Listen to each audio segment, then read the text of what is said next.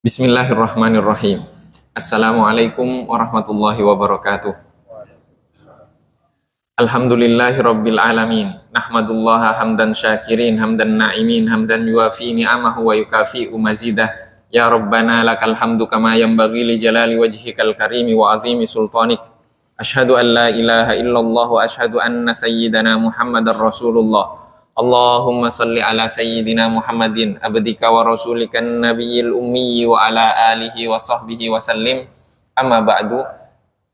Jamaah yang dirahmati oleh Allah Subhanahu wa taala, sebelum kita melanjutkan kajian kita tentang hikmah-hikmah yang dikumpulkan oleh Al-Imam Ibnu Athaillah As-Sakandari, mari kita sama-sama membaca Al-Fatihah. Kita khususkan untuk Al-Imam Ibnu Athaillah As-Sakandari dan juga guru-guru beliau, Al-Imam Abdul Hasan Asy-Syadzili, Al-Imam Abdus Salam Ibnu Masyis, Al-Imam Abdul Abbas Al-Mursi, dan juga seluruh para guru kita, orang tua kita, dan kita semuanya.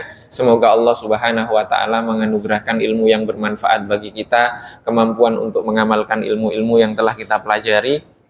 Ala hadhihi niyya wa bikulli niyatin shalihah wa ila hadratin nabiyil mustafa sallallahu alaihi wa alihi wasallam. Al-Fatihah. A'udzu billahi minasyaitonir rajim. Bismillahirrahmanirrahim. Alhamdulillahi rabbil alamin, arrahmanir rahim, maliki yaumiddin. Iyyaka na'budu wa iyyaka nasta'in, ihdinas siratal mustaqim, siratal ladzina an'amta 'alaihim ghairil maghdubi 'alaihim waladdallin. Amin. Jamaah yang dirahmati oleh Allah Subhanahu wa taala, pada kajian yang lalu kita telah sampai kepada hikmah yang ke-13, di mana Al-Imam Ibnu Athaillah As-Sakandari menyampaikan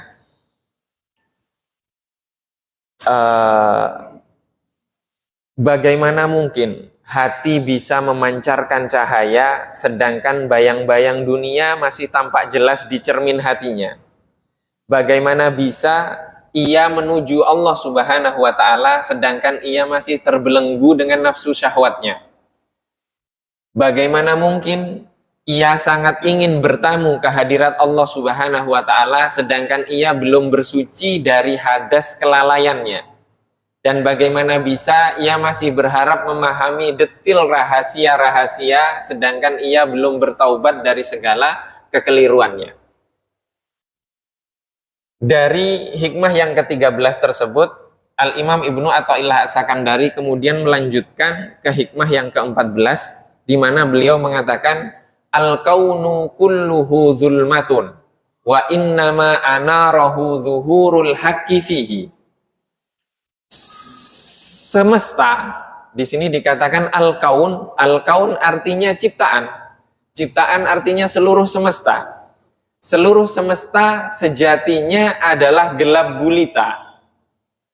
Dan tidak lain, semesta tersebut hanya diterangi oleh wujud Allah Subhanahu wa ta'ala yang terbit di dalamnya.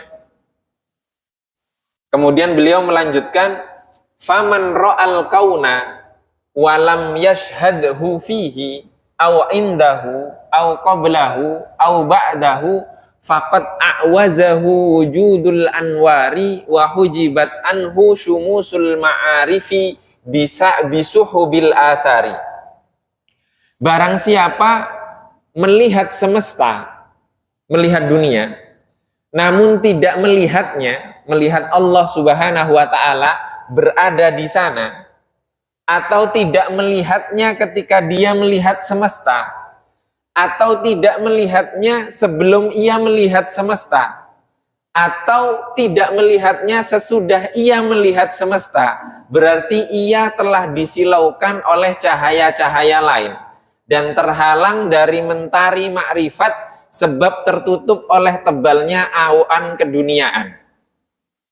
Jamaah yang dirahmati oleh Allah Subhanahu wa ta'ala, dalam hikmah ini Al-Imam Ibnu Athaillah As-Sakandari mengatakan seluruh dunia ini gelap gulita asalnya.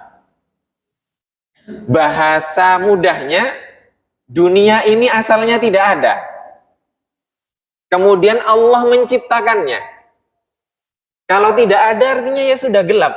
Jadi kegelapan, gelap gulita itu adalah bahasa lain dari ketiadaan. Asalnya tidak ada. Siapa yang menciptakan?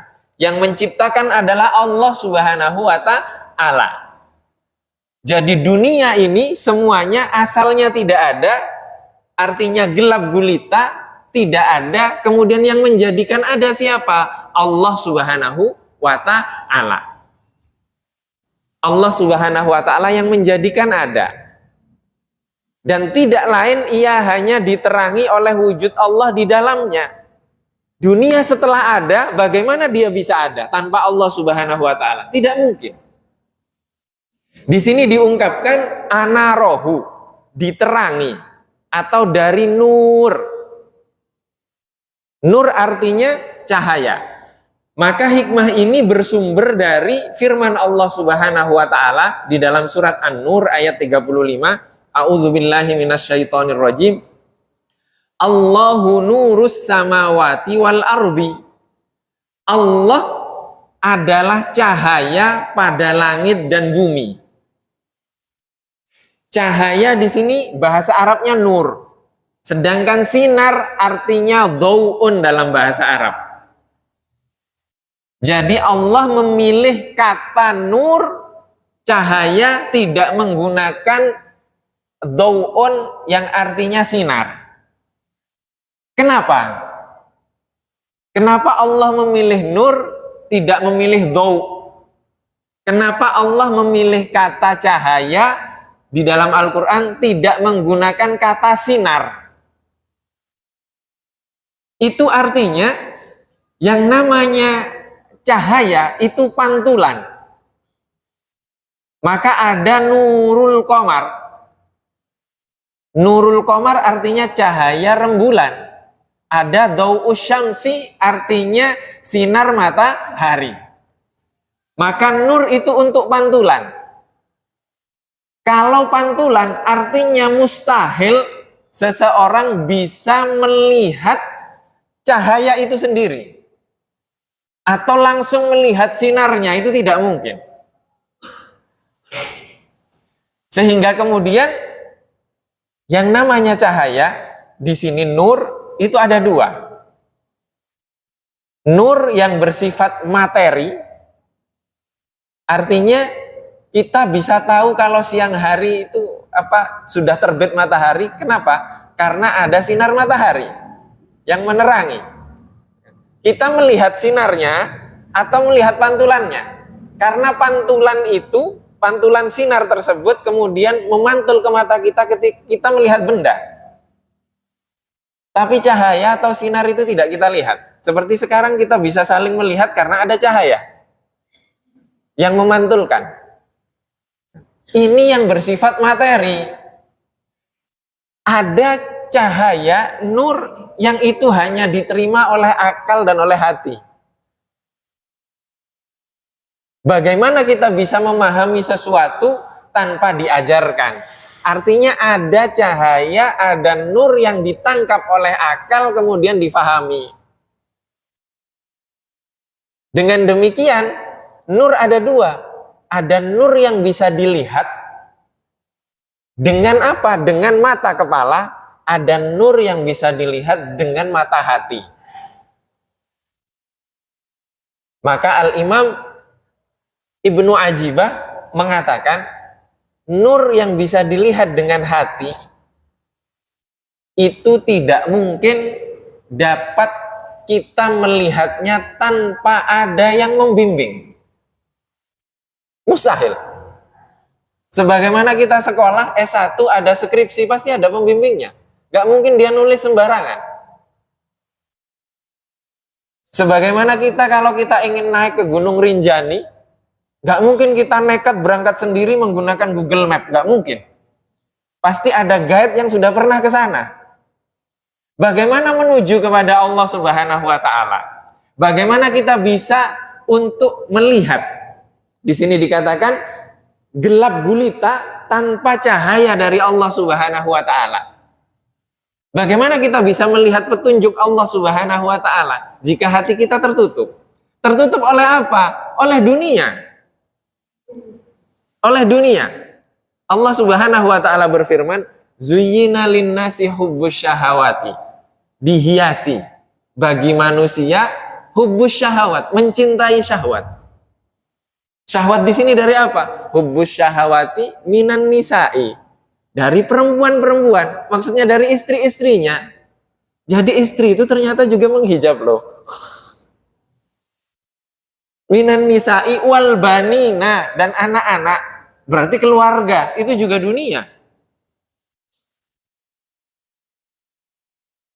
Wal qanatiril muqantarah, dan ini harta dunia yang dijelaskan setelah itu. Artinya seluruh dunia ini kita tinggal di dalamnya, dan kita pun dunia yang diciptakan oleh Allah, sehingga kemudian jika kita faman ro'al kauna, barang siapa melihat semesta, melihat dunia, namun tidak melihat Allah Subhanahu wa taala di sana, atau tidak melihatnya ketika dia melihat semesta, melihat dunia, atau tidak melihatnya sebelum dia melihat dunia, atau tidak melihat Allah setelah dia melihat dunia, berarti ia telah disilaukan oleh cahaya-cahaya lain. Cahaya apa? Cahaya dunia.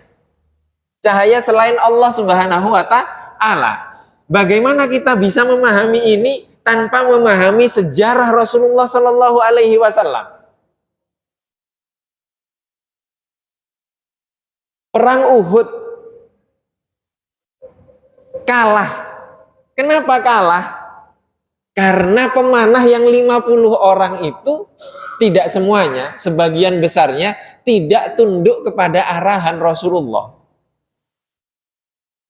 Mereka terkesima karena kilauan harta rampasan perang yang bisa dikumpulkan.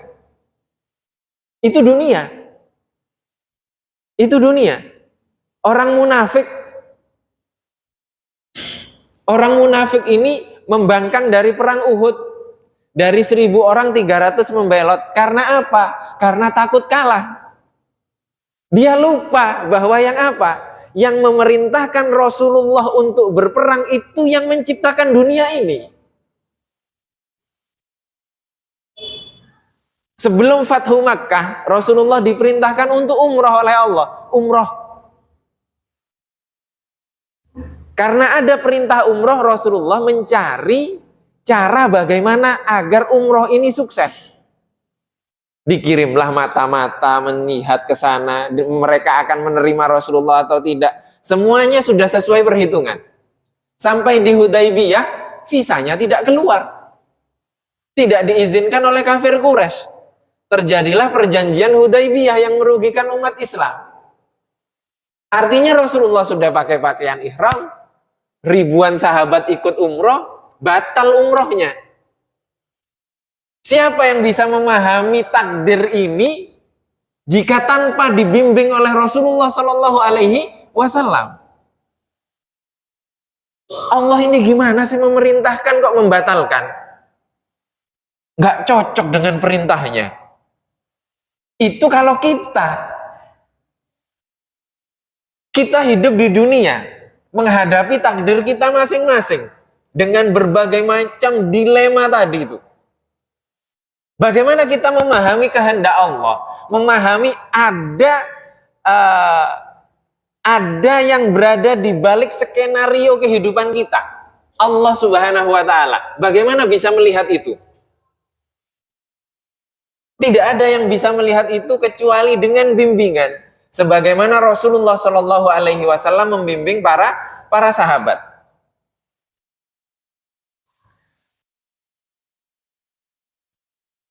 Maka di sini dalam hikmah ini Al-Imam Ibnu Athaillah As-Sakandari membagi golongan manusia itu menjadi 4 golongan. Golongan yang pertama adalah golongan yang sudah mengenal Allah Subhanahu wa taala sebelum melihat dan menghayati isi dunia. Jadi golongan yang pertama ini dia sudah tidak butuh bukti untuk membuktikan Allah itu ada. Pernah kami ceritakan di sini bahwa Al-Imam Fakhruddin Ar-Razi pernah datang ke Baghdad dan kemudian disambut oleh masyarakat luas. Imam Fakhruddin Ar-Razi punya buku namanya uh, uh, Tafsir Al-Kabir atau Mafatihul Ghaib, kunci-kunci kegaiban. Gitu. Maksudnya memahami hikmah. Itu menafsirkan banyak hal untuk membuktikan, termasuk beliau adalah pakar dalam ilmu kalam, ilmu akidah, ilmu yang membuktikan tentang eksistensi Allah Subhanahu wa taala dan ketauhidan. Imam besar disambut oleh banyak orang. Tiba-tiba ada seorang ibu-ibu sepuh mengatakan, "Siapa itu kok sampai disambut seperti itu?" Dijawab oleh orang yang menyambut, "Dia adalah Fakhruddin Ar-Razi, imam besar. Masa kamu nggak kenal? Dia bisa menafsirkan Al-Quran dan banyak menjawab keraguan atas eksistensi Allah Subhanahu wa taala." Kemudian dijawab oleh wanita tersebut, "Loh, memang Allah itu butuh bukti untuk menunjukkan eksistensinya. Jadi dia tidak butuh bukti." Wanita ini tidak butuh bukti. Kenapa? Karena dia sudah yakin, tanpa melihat dunia dia sudah yakin Allah itu ada.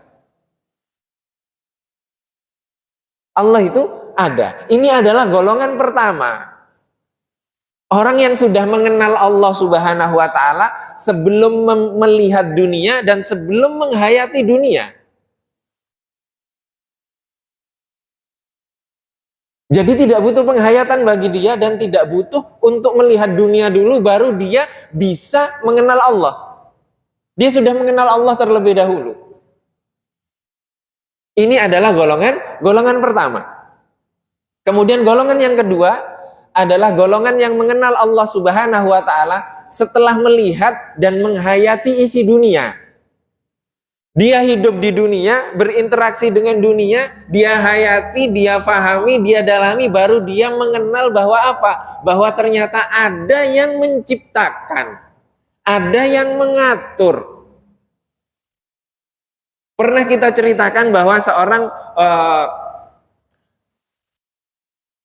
ulama besar, kemudian dia bertemu dengan seorang pemuda ketika dia tawaf dan menanyakan, "Bagaimana engkau beriman kepada Allah?"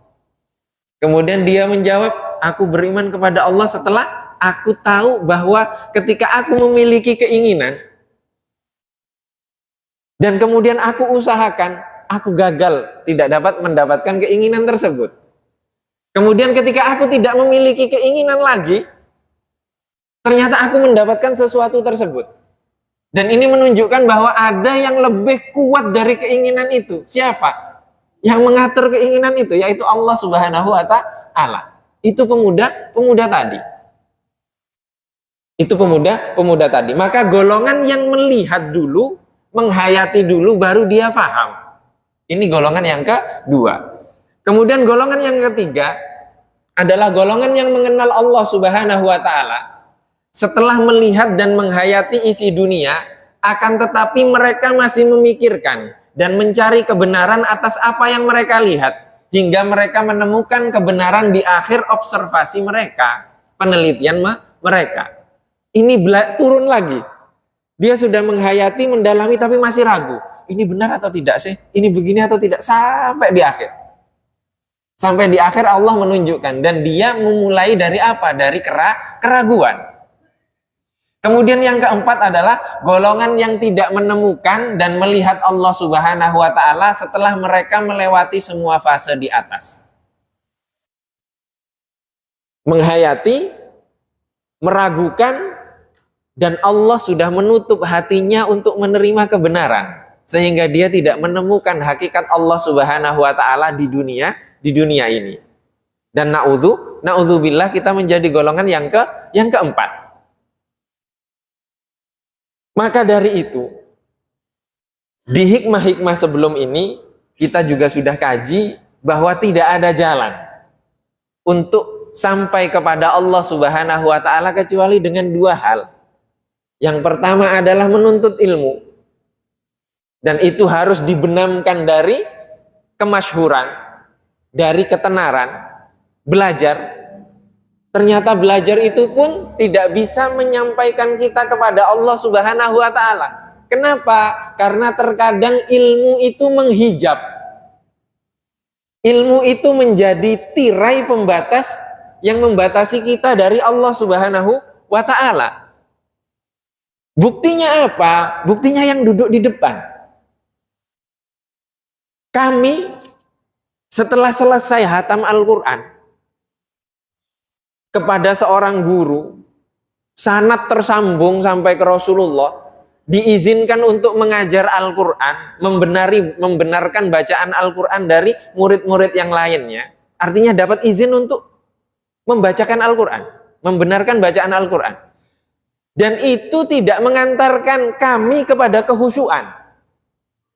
Kenapa? Ketika sholat di belakang imam, yang bacaan imam tersebut tidak fasih, di hati kami terkadang, kok begitu sih bacanya? Gak sesuai dengan guru yang mengajarkan kami. Al-Fatihah saja gak fasih, bagaimana ini? Di hati kita seperti itu. Ketika menjadi makmum. Ternyata fasih membaca Al-Quran tidak mengantarkan kita kepada kehusyuan. Ketika kita sudah memahami tajwid, memahami bacaan kita sudah diizinkan, dapat izin dari guru, dapat ijazah dari guru, tidak mengantarkan kepada kehusyuan. Merasa bacaan kita benar. Merasa itu artinya kita hanya wudhu apa? Wudhu zahir saja. Ilmu yang kita pelajari menghijab. Menghijab dari mana? Dari kehusyuan untuk menghadap kepada Allah Subhanahu wa Ta'ala. Itu dalam sholat. Bagaimana dalam kehidupan? Butuh proses untuk menghayati, memahami. Dan itu tidak bisa. Kecuali dengan ilmu. Ketika kita mempelajari ilmu lagi, kita melihat perbedaan para ulama dalam sholat. Dalam sholat, yang mana yang rukun.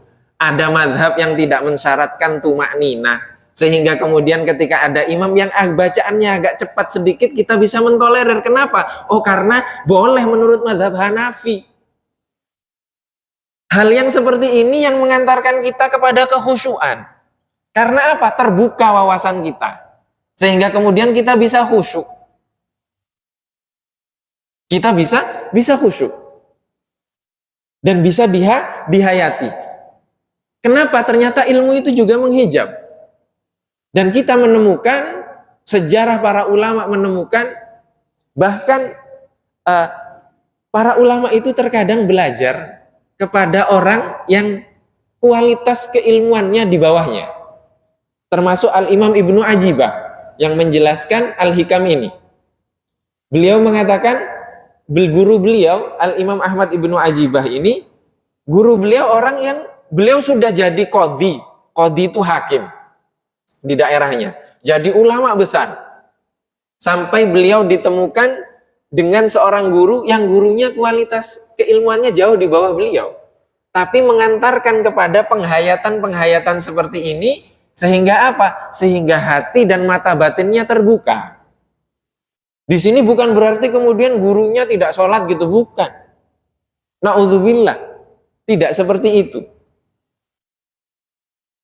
Tidak seperti itu. Tapi gurunya Al-Imam Abdul Wahhab Asy-Sya'rani, imam besar dalam madhab Asy-Syafi'i. Itu juga punya guru. Gurunya pun buta huruf. Tapi mengantarkan kepada kehusyuan, ketenangan, mengenal kepada Allah Subhanahu wa Ta'ala. Al-Imam Abul Hasan Asy-Syadzili juga bertemu dengan Al-Imam Abdus Salam Ibnu Masyish, ulama besar juga. Dan semuanya akan membimbing, mengantarkan kepada ketenangan tadi. Dan kalau kita hayati, seluruh para ulama pasti seperti itu. Imam Syafi'i, pernah kita ceritakan juga ketika kajian Bidayatul Hidayah, Imam Syafi'i pernah lupa membaca Al-Fatihah kan? Dalam sholat. Dan itu sudah teguran bagi Imam Syafi'i, sehingga kemudian Imam Syafi'i istikharah untuk mengetahui kesalahannya. Kemudian Imam Syafi'i dipertemukan dalam mimpi itu, beliau divonis oleh hakim bahwa beliau sudah menyekutukan Allah, dihukum mati. Menyekutukan Allah dengan siapa? Dengan dirinya sendiri, karena di hari itu Imam Syafi'i merasa alim. Merasa alim saja untuk orang yang sudah sampai kepada level tadi, keimanan tadi, itu sudah menjadi dosa. Sehingga Allah menegurnya dengan melupakan Al-Fatihah dalam sholat. Sampai kemudian ada orang yang bersaksi bahwa Imam Syafi'i ini adalah salah satu keturunan Quraisy yang akan membumikan ilmunya Rasulullah. Sehingga kemudian diberikan keringanan, tidak jadi dihukum mati. Demikian dalam mimpi. Kemudian karena ditegur dalam mimpi seperti itu, setelah istikharah, Imam Syafi'i kemudian bertekad untuk mencari orang yang paling hina, dan kemudian beliau cium tangannya. Keliling Imam Syafi'i sampai ketemu dengan orang yang compang-camping, kotor. Kemudian Imam Syafi'i mengucapkan salam. Setelah salam, Imam Syafi'i ditarik tangannya, kemudian ingin dicium. Tapi orang tersebut tangannya ditarik, kemudian Imam Syafi'inya ditampar. Imam Syafi'i ditampar oleh orang compang-camping. Kemudian orang tadi mengatakan, kamu tahu nggak siapa saya? Imam Syafi'i mengatakan, saya tidak tahu. Saya adalah orang yang memberikan kesaksian di dalam mimpimu dan meringankan hukuman untukmu di dalam mimpimu. Ini menegur. Allah kadang menegur dengan hal-hal yang seperti itu. Kalau ditarik lagi, bagaimana Sayyidina Ali dan Sayyidina Umar diminta oleh Rasulullah SAW untuk mencari orang yang bernama Uwais Al-Qarni. Sayyidina Ali. Siapa Sayyidina Ali itu? Sayyidina Ali itu menantunya Rasulullah. Di dalam hadis sahih dikatakan, ana madinatul ilm. Aku adalah, kata Rasulullah, ana madinatul ilm. Aku adalah kota ilmu. Wa aliyu babuha. Dan Ali itu pintunya. Pintunya. Ini kalau kita menjelaskan ini nanti akan dituduh Syiah. Tidak seperti itu. Ini hadis. Ini hadis jelas, hukumnya jelas, bisa di cross check siapa saja yang mensahihkan, siapa yang menghasankan. Ini Sayyidina Ali diminta oleh Rasulullah untuk mencari Uwais Al-Qarni dan minta doa dari Uwais Al-Qarni. Dan di masa itu kalau ditanya Uwais Al-Qarni, semua orang akan mengatakan Uwais Al-Qarni adalah orang gila. Untuk apa itu? Untuk menghilangkan eksistensi tadi. Ya, untuk menghilangkan eksistensi tadi agar melihat di balik dunia itu siapa?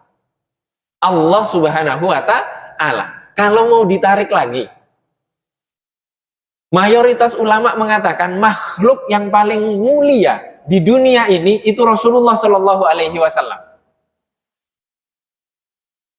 Mayoritas para ulama mengatakan demikian. Makhluk, artinya makhluk selain Allah. Baik itu manusia, jin, malaikat, hewan, atau benda mati. Yang paling mulia dari seluruhnya itu adalah Rasulullah Shallallahu Alaihi Wasallam. Pertanyaannya, Rasulullah menerima Al-Quran dari siapa? Langsung dari Allah atau melalui malaikat Jibril? Melalui malaikat Jibril. Mustahil kita sampai kepada Allah tanpa perantara, itu mustahil. Mustahil. Mustahil itu. Harus ada perantaranya yang mengenalkan kita kepada Allah Subhanahu wa ta'ala. Jadi Rasulullah, para ulama sepakat, tidak ada satupun ayat Al-Quran yang diterima oleh Rasulullah Shallallahu Alaihi Wasallam melalui mimpi saja, itu tidak mungkin. Atau langsung dari Allah, itu tidak mungkin. Pasti melalui malaikat Jibril. Kalaupun lewat mimpi diulang lagi, malaikat Jibril datang menyampaikan ayat itu.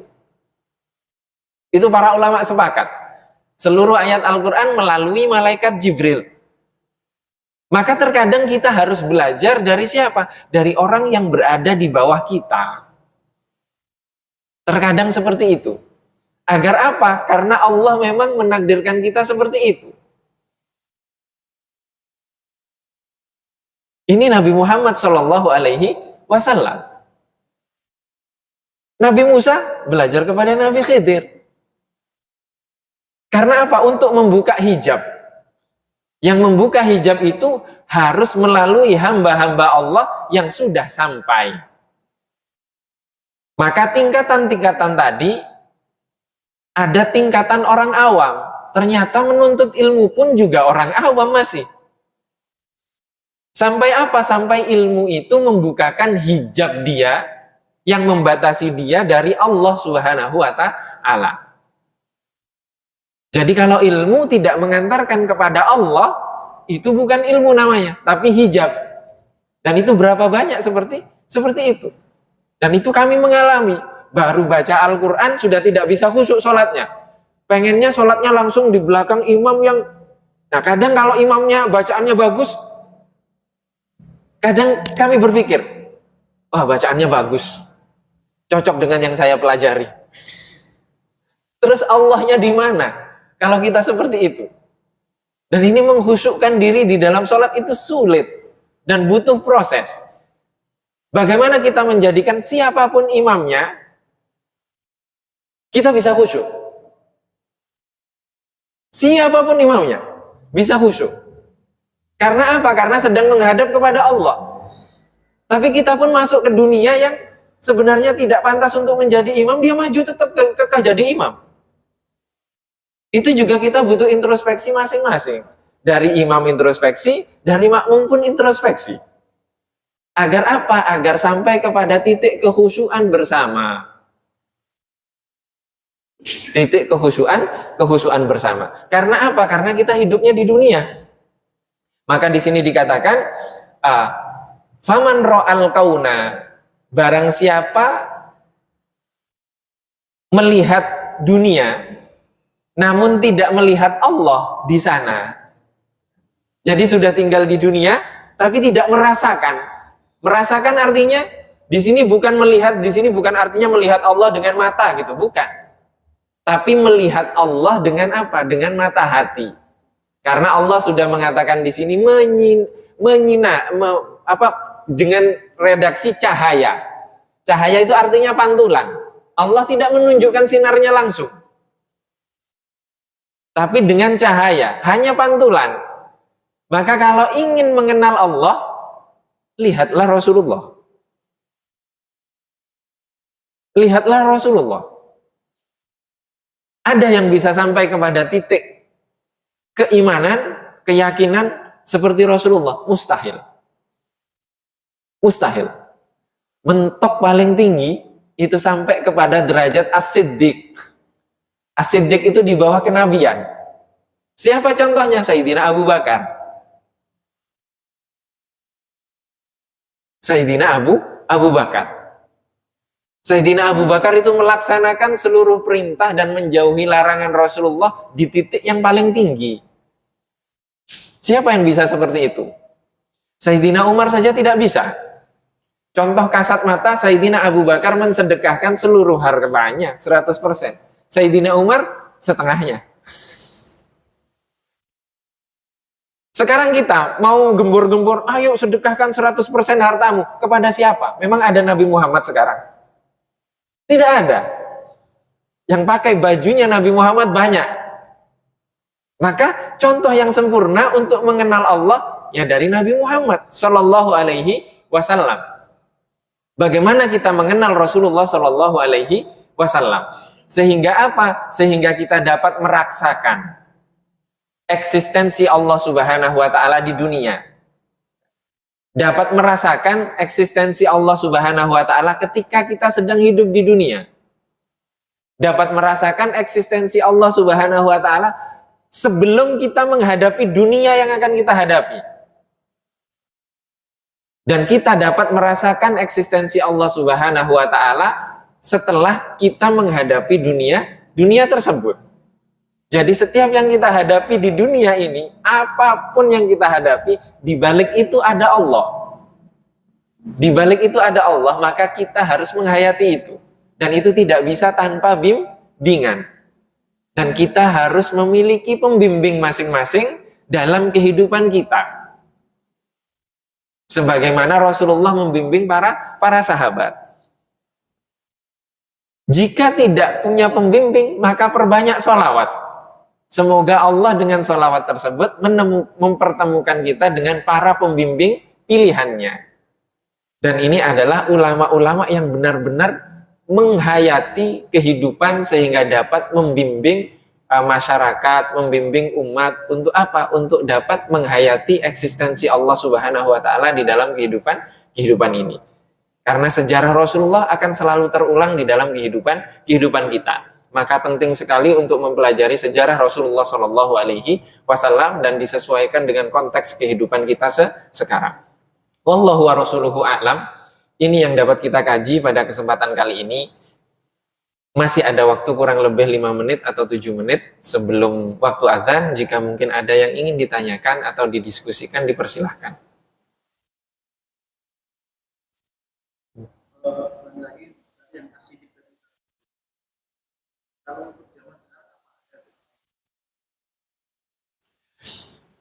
Bismillahirrahmanirrahim. Rasulullah Shallallahu alaihi wasallam bersabda, la yazalu ta'ifatun min ummati zahirina 'alal haqqi. Akan selalu ada sebagian kecil dari umatku yang selalu menampakkan, menunjukkan, berpegang teguh kepada kebenaran. Artinya mungkin tidak di masa kita sekarang tidak ada orang yang kualitasnya tinggi, tidak mungkin. Pasti ada. Baik terkenal ataupun tidak terkenal. Artinya hamba-hamba pilihan Allah di setiap masa itu pasti ada. Tidak mungkin tidak ada. Pasti ada. Jumlahnya berapa? Wallahu a'lam. Tidak ada yang tahu. Tugas kita hanya mencari. Tugas kita hanya belajar, mencari, dan memohon kepada Allah semoga dipertemukan dengan hamba-hamba yang soleh dan pilihan itu. Mustahil, tidak ada. Kenapa? Karena Allah menjamin Al-Quran itu abadi sampai hari kiamat. Agama ini abadi sampai hari kiamat. Mungkin nggak agama saja, ajarannya saja yang abadi, pengamalnya tidak ada. Tidak mungkin.